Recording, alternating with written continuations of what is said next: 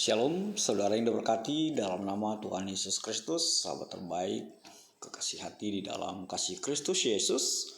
Bertemu lagi dengan saya, Pendeta Novel Saragi. Firman Tuhan yang menyapa kita tertulis dalam Galatia pasal yang ketiga, ayat yang ke-23 sampai ayatnya yang ke-29. Namun ada baiknya kita bersatu dulu di dalam doa. Kita berdoa. Bapa di dalam sorga, terima kasih Tuhan buat kasih setiamu, karyamu, anugerahmu yang terlalu luar biasa, ajaib, selalu hadir dan melingkupi setiap kami. Tuhan Yesus, satu kerinduan kami mau dengar-dengaran oleh firman-Mu. Maka berfirmanlah Engkau Tuhan, sebab kami siap untuk menerimanya. Amin. Shalom saudaraku, sahabat terbaik, kekasih hati di dalam Kristus Yesus. Seperti yang saya sebut tadi, bahwa firman Tuhan yang menyapa kita tertulis dalam Galatia pasal yang ketiga, ayatnya yang ke-23 sampai ayatnya yang ke-29. Begini firman Tuhan. Sebelum iman itu datang, kita berada di bawah pengawalan hukum Taurat dan dikurung sampai iman itu telah dinyatakan. Jadi, hukum Taurat adalah penuntun bagi kita sampai Kristus datang, supaya kita dibenarkan karena iman. Sekarang iman itu telah datang. Karena itu kita tidak berada lagi di bawah pengawasan penuntun. Sebab kamu semua adalah anak-anak Allah karena iman di dalam Yesus Kristus. Karena kamu semua yang dibaptis dalam Kristus telah mengenakan Kristus. Dalam hal ini tidak ada orang Yahudi atau orang Yunani. Tidak ada hamba atau orang merdeka. Tidak ada laki-laki atau perempuan. Karena kamu semua adalah satu di dalam Kristus Yesus. Dan jikalau kamu adalah milik Kristus, maka kamu juga adalah keturunan Abraham dan berhak menerima janji Allah. Demikian firman Tuhan.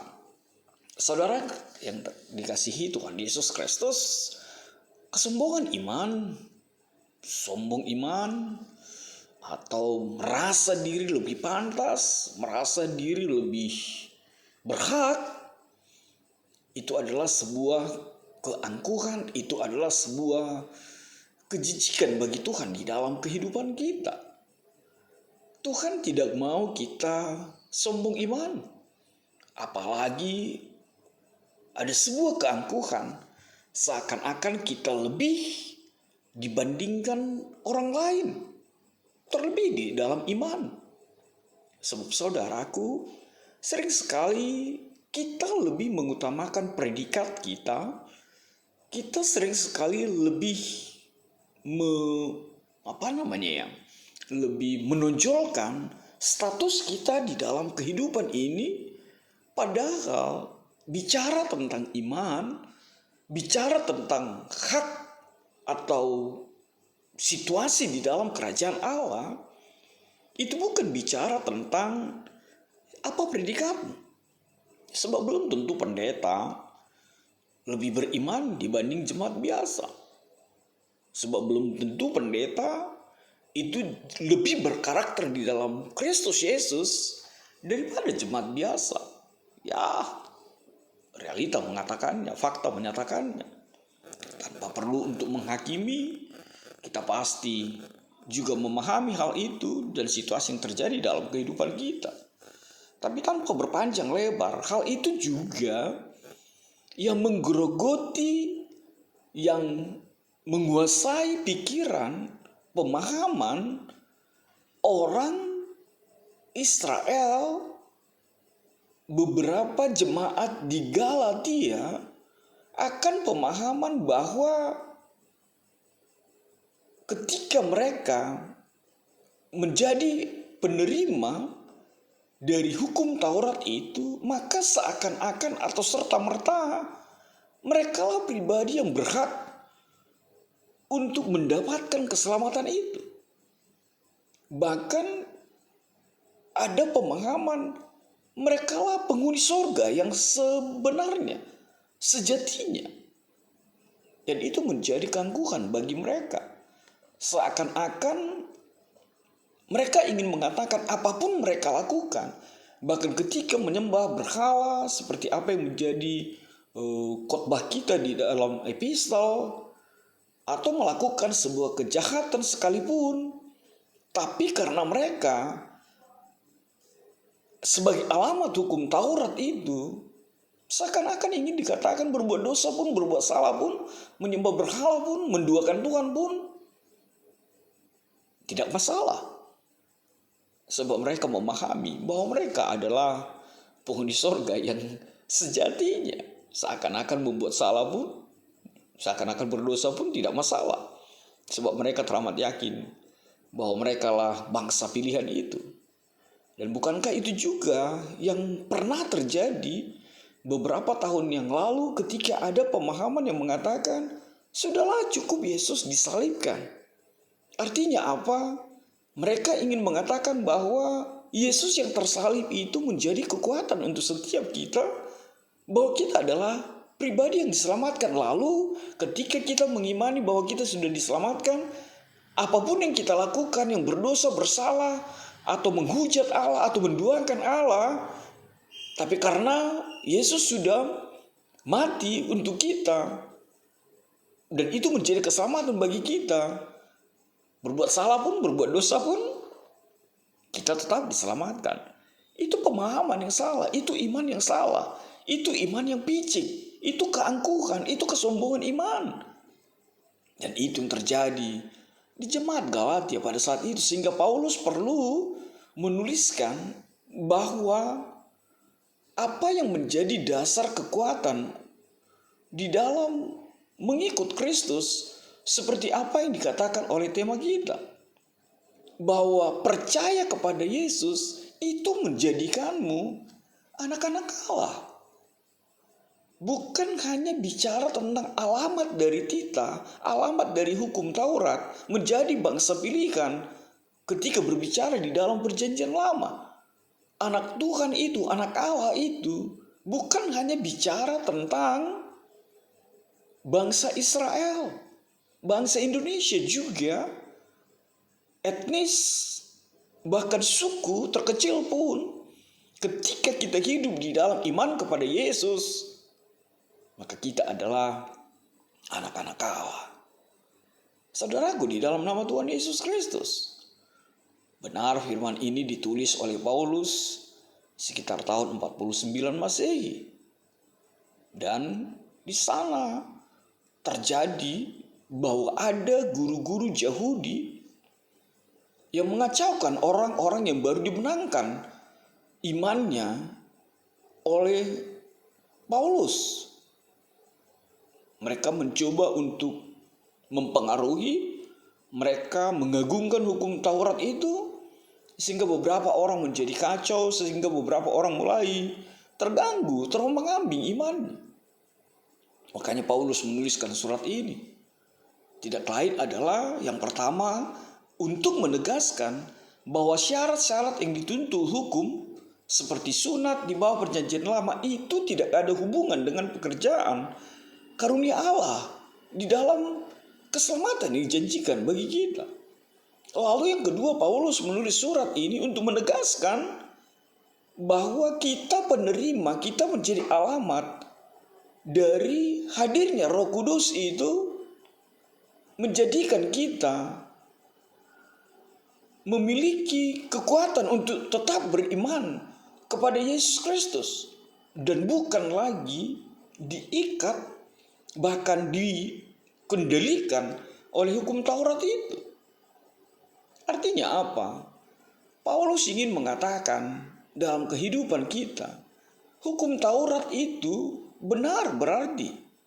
Hukum Taurat itu adalah sesuatu patron, adalah sesuatu ya seperti traffic light, rambu-rambu, lalu lintas yang menjaga, yang menjadi pedoman bagi kita, yang menjadi sesuatu yang menyadarkan kita bahwa kita telah berdosa, dan itu sangat dibutuhkan dalam kehidupan kita. Tapi bukan berarti hukum Taurat itu menjadi kekuatan kita untuk diselamatkan, sebab tak seorang pun mampu untuk melakukan hukum Taurat itu. Maka Paulus menegaskan bahwa semua karena iman kepada Yesus Kristus. Sebab Paulus tahu bahwa anugerah Tuhanlah yang memampukan kita untuk menjadi anak Allah. Dan Yesuslah menjadi kuat kita, dan Yesuslah menjadi jembatan penghubung antara kita dengan Allah di dalam kehidupan kita. Maka di sini kita melihat beriman kepada Yesus Kristus itu membuat kita memiliki hak istimewa. Apa itu? Bahwa kita semua, yang pertama, bahwa kita semua adalah anak-anak Allah karena iman di dalam Yesus Kristus. Lihatlah apa yang dikatakan oleh ayat 26 itu. Ayat 26 itu mengatakan kepada kita bahwa sebab kamu semua adalah anak-anak Allah karena iman di dalam Yesus Kristus. Jadi bukan karena hukum Taurat, tapi karena iman di dalam Kristus Yesus. Dan itu menjadikan kita pribadi yang istimewa di dalam kehidupan kita bersama dengan Tuhan Yesus. Itu adalah hak yang luar biasa istimewa yang bisa kita nikmati sebagai orang Kristen. Dan itu menjadi hak istimewa karena kita beriman di dalam Yesus, membuat kita menjadi penerima dari anugerah Tuhan di dalam kehidupan kita.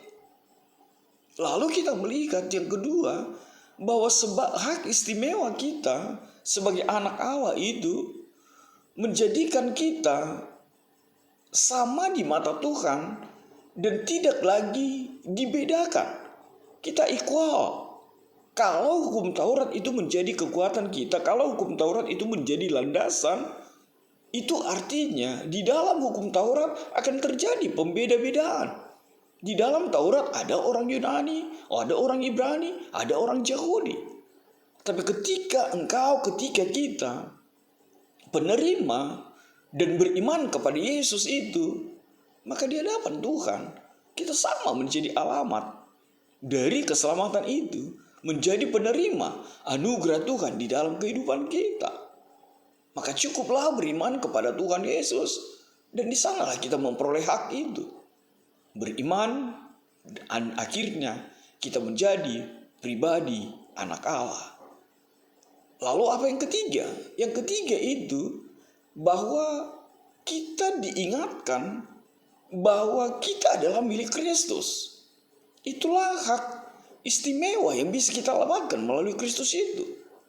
Bahwa kita selalu diingatkan kita adalah milik Kristus. Artinya apa? Kita juga adalah keturunan Abraham. Kita juga berhak menerima janji Allah itu. Jadi tidak harus menjadi Ibrani, tidak harus menjadi Israel, tidak harus berbahasa Arab, tidak harus berbahasa Israel, tidak harus berbahasa Aram. Tapi kita adalah milik Kristus karena iman kita kepada Yesus. Maka jangan perdebatkan lagi persoalan disunat atau tidak disunat. Seperti yang ditegaskan oleh guru-guru pada saat itu, pengajar-pengajar yang menyatakan bahwa diselamatkan itu harus disunat, diselamatkan itu harus melakukan hukum Taurat. Membuat orang percaya itu terlepas, membuat orang percaya itu ragu.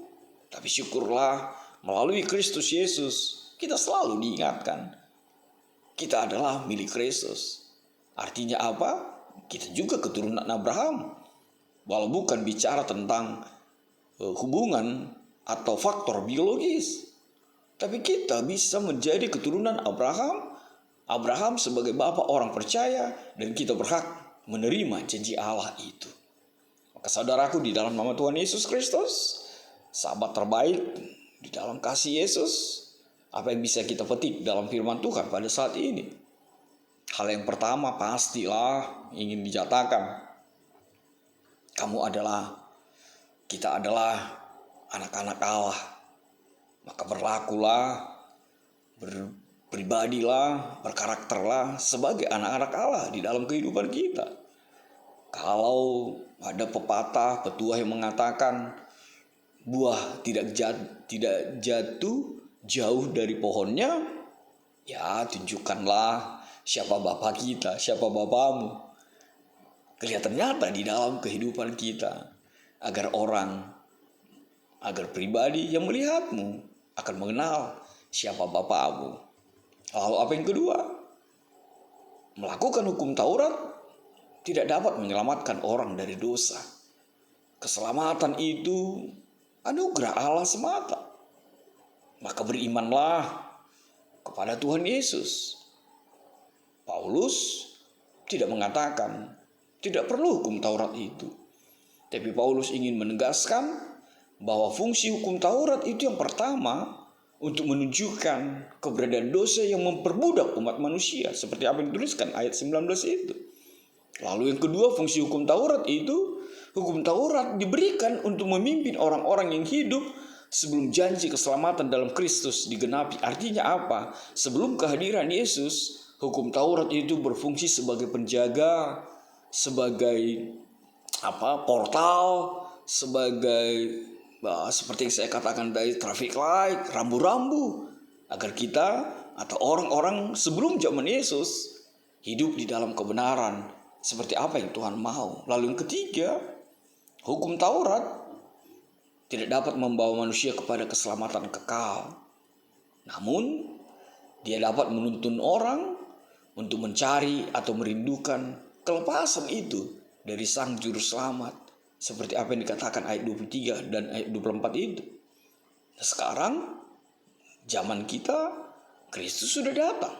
Kristus hadir, Kristus nyata. Maka, marilah hidup di dalam kebenaran firman Tuhan itu. Seperti apa yang dikatakan oleh ayat ke-25 itu. Sebab di dalam Kristus beriman kepadanya menjadikanmu sebagai anak-anak Allah. Maka saudaraku, engkau anak Allah. Aku anak Allah, kita semua anak Allah. Maka tetaplah beriman kepada Tuhan. Apapun yang mungkin menggoda, apapun yang mungkin mempengaruhimu, tapi tetaplah imanmu takkan goyah. Amin. Kita bersatu dalam doa. Terima kasih Tuhan buat kebenaran firman-Mu. Terima kasih Tuhan akan sukacita luar biasa yang Kau anugerahkan bagi kami. Kami adalah anak-anak-Mu melalui iman kami kepada Yesus dalam hidup kami. Dalam kasih-Mu Tuhan, enyahkanlah virus-virus ini. Amin.